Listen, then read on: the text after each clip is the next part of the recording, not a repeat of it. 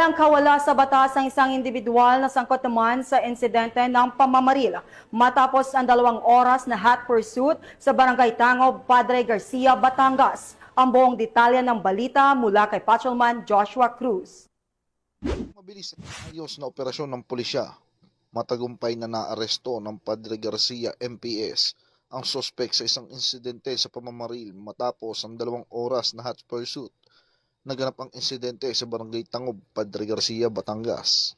Bandang alas 7 Gs ng gabi noong Setyembre 17, taong kasalukuyan, nagsimula ang mainit na pagtatalo sa pagitan ng sospek na kinilalang si alias Emil at ng biktima na si alias Sharon.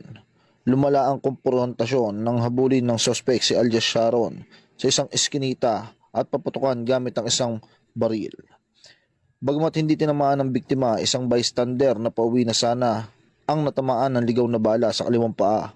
Agad siyang isinugod sa Villa Memorial Medical Center sa Lipa City para sa magamot.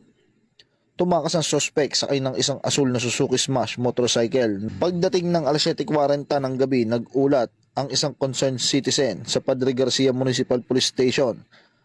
Agad na rumusponde ang pulisya at inilunsad ang isang coordinated follow-up operation kasama ang 1st Batangas Provincial Mobile Force Company. Nagbunga ang kanilang pagsisikap ng bandang alas 9:45 ng gabi ay matagumpay na naaresto ang sospek sa Barangay Banaba, Padre Garcia, Batangas.